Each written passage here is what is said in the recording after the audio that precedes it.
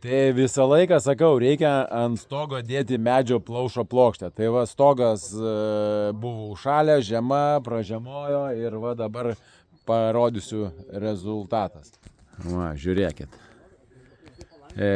Ant šito stogo sumontuota medžio plaušo plokštė, va.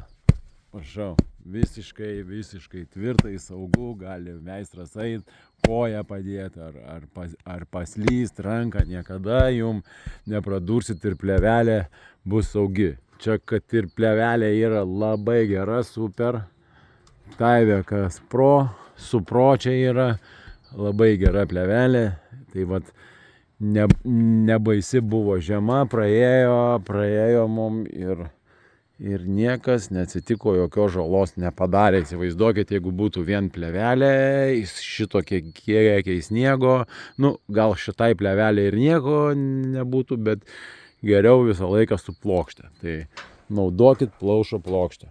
Va. Visur sienos yra plaušo plokštė. Tai rašykit komentarus, klausimus iki sekančio video. Ate.